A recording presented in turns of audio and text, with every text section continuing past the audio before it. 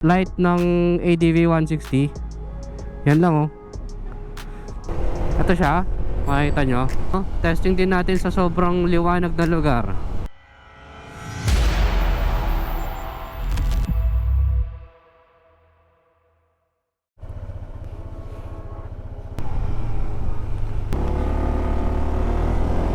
Hi guys! Welcome to another moto vlog. So for tonight, re-review lang natin tong auxiliary light natin na nilagay natin sa ADV 160 dito kay Mark 7. Ito siya, makikita nyo. Napakalakas, diba? Time check muna tayo, no? Bali 1 AM na. Tama-tama lang para ma-review natin to. At the same time kasi magsusundo tayo sa OBR natin. This is the best time para i-review natin tong auxiliary light natin. Kung nakita nyo ngayon, ito yung stock light ng ADV 160. Yan lang oh. Tapos kapag in-on natin yung auxiliary light natin, tinan nyo. Yun oh. Tinan nyo yan oh. Boom. Mamaya testing natin yan. Tinan nyo naman yung difference. Stock auxiliary light, diba? So itong gamit kong auxiliary light, ito yung brand na Z Dark Knight Supreme. 60 watts tong auxiliary light na to, kaya medyo malakas talaga siya compared dun sa mga 30 watts lang. Kung di nyo alam tong brand na to, Z, hindi talaga siya kilala halos.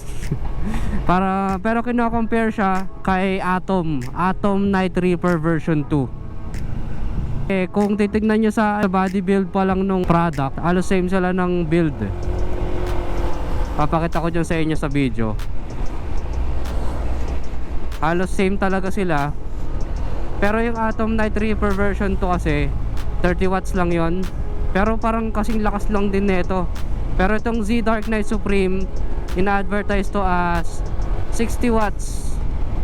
So I'm not sure lang kung same sila, kung mas malakas talaga to kay Night Reaper. Pero kung titignan nyo naman maigi oh, napakalakas. Nabili ko lang to sa Shopee. Hold up, wait a minute. Ooh, that's kind of small. Ilalagay ko lang din dyan sa description kung saan ko nabiling shop. Check nyo na lang kung matitripan nyo. Actually yung presyo nito mas mababa to compared sa Atom Night Reaper version 2. Kasi yung Night Reaper parang around 6.5 yun eh. Eto nabili ko lang siya ng mga 4.5 yung SRP niya, pero may discount tayo sa Shopee.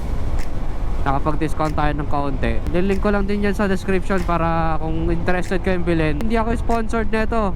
Binili ko to ng sarili kong pera. Gusto ko lang din talaga i-share sa inyo kung gaano kalakas to. Sobrang naging useful to, lalo na pag sa mga madidilim na lugar. Grabe, tested na to. Hindi tayo sponsored nito, no? Pero sana, baka naman. Uy, sana all.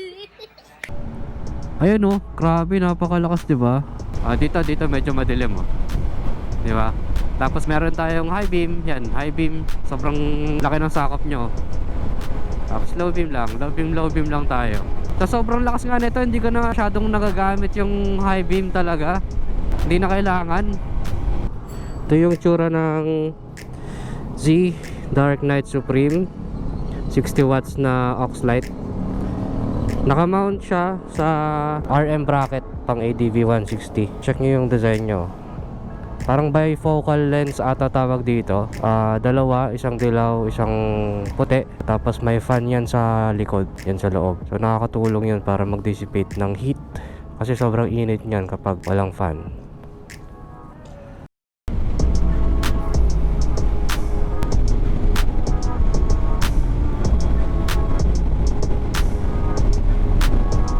Review ko dito sa aux light natin. Aux na aux talaga. This motherfucker don't miss. Kung naghanap kayo ng MDL na saktong budget lang, hindi kamahalan, hindi rin siya ganun kamura, pero at least ito sulit to. Meron tong advertised na 32,000 hours of lifespan.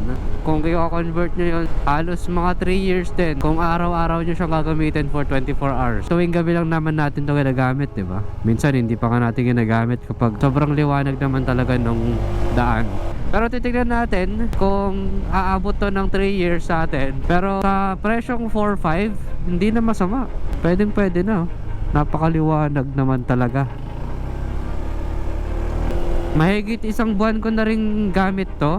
So far, wala, okay naman. Hindi ko naman siya inaalagaan ng sobra. Saka waterproof din pala to Nabubugahan ko nga to minsan ng water hose natin. Okay naman siya.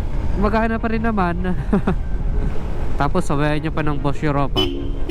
Bosch Europa na busina. Kala mo naman, kotse talaga yung paparating Marcos Highway.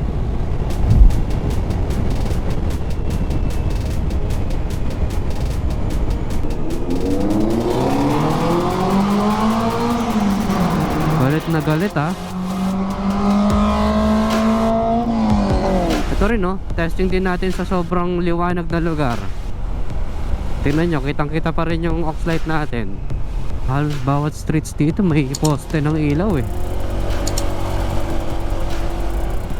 Ayun lang. Kita-kits ulit sa mga susunod na motovlog. Ride safe sa ating lahat.